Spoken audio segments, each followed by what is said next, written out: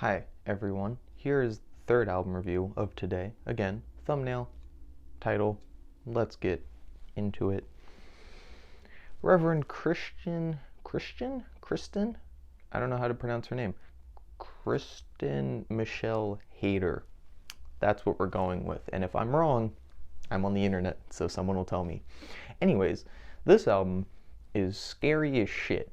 If you guys don't know, this is formerly known artist Lingua Ignota, who makes terrifying music. That's the word I'd use to describe most of her music. Terrifying, because that's kind of the place it comes from. Terrified.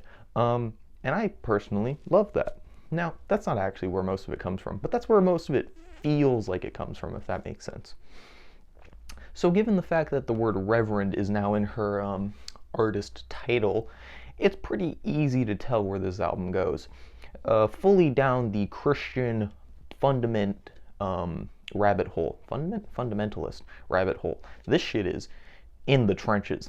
Now, I, born and raised not Christian, means that this album is not particularly aimed at me as a person, but I am still a Lingua Ignota fan. So when this album was announced, I was excited. I was like, oh, new music under her like real name. I was like, oh shit, this might be new. And it is for the most part. This one does follow very similarly to, oh god, what was her last album? I can't remember the name of it. But that one, the last one, the one with the song titled Many Hands, that one, you know, the scary album. I think it was scary. It was good, but it was scary.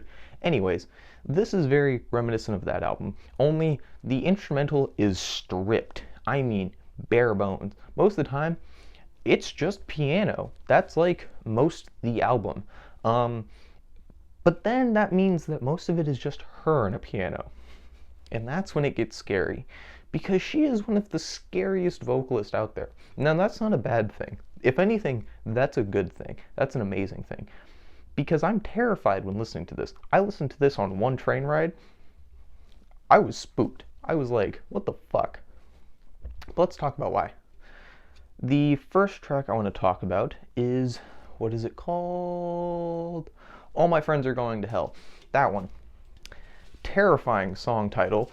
And then the song is just about that. Like, that's the other thing with this album. It's very direct. There is no fucking around. It is blunt and it is blatant.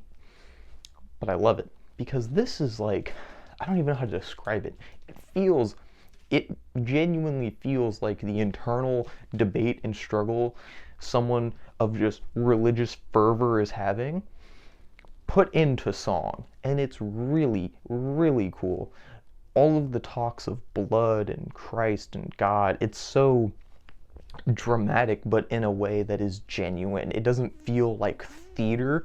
It feels like genuine personal turmoil. And if you guys know anything about her as an artist, and I do mean anything, if you guys read that fucking Google Doc, I'm not going to tell you what it's about, but if you've read it, you know exactly what I'm talking about. It strikes a nerve because of that, because of the story that kind of led up to it, and kind of watching it like in real time, because I follow her on Instagram. I like her as a person. She seems cool. She does cool shit, funny as fuck. So like, watching the genuine progression happen from Lingua Ignota to now, it's really cool, and the sound feels like progression. It feels like change. Anyways, another song, the last song, because honestly, the songs in the middle, again, like the King Gizzard album that I just talked about, it all feels very cohesive. Sure, there are genuine changes between songs, like the progression of the piano, the tempo, what she's singing about. There are differences, but they all feel like a concrete collection of, I don't know, hymns and verses almost. This feels like someone writing like a second Bible, but it's a personal one. It's one that they like need to kind of latch onto as a person. It's very interesting. If anything, it actually kind of feels like someone writing notes in a Bible. Like, it feels like someone having like, I don't know, like their come to Jesus moment, and they're just writing it all down at once. Because the last song, How Can I Keep From Singing? Fuck me, this shit was terrifying to listen to. So I saw her Instagram reel, and hence the reason I actually remembered to make this mini review, talking about Pentecostal, I think that's what they're called. The people who believe that you don't see God, you experience God, those guys. Talking about, talking in tongues and shit. Now, fun fact, my grandmother played guitar for the Pope one time and spoke in tongues. So this one to me, or not my grandmother, my great grandmother, this one to me, kind of interesting because it was the first time I heard someone speak in tongues. I was confused, kind of terrified, and mostly amazed because it's her singing still. It's not just a section of song and her speaking in tongues. It's an entire song that lets it rise in the background as she's singing her normal, beautiful singing voice, and then just tongues in the background. And it is eerie. It is nerve-wracking. It feels like a The Body song. And if you guys know what The Body is, then you know. Terrifying. This album, it's great.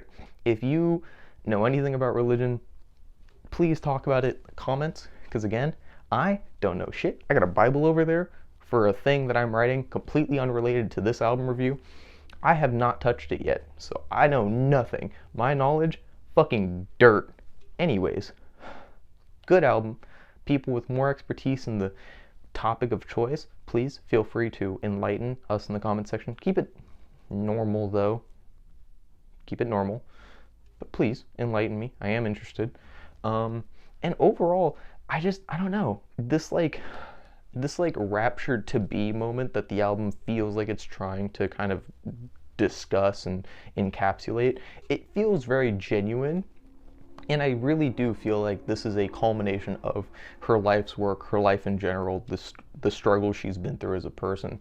And it's really endearing to hear to some extent, even despite the fact that it is done in a very lingua ignota style, being terrifying and vaguely scary. It feels very personal, and it does feel like it still feels like she's having fun, which is really hard to do and stay this serious. But yeah, that's all I had to say.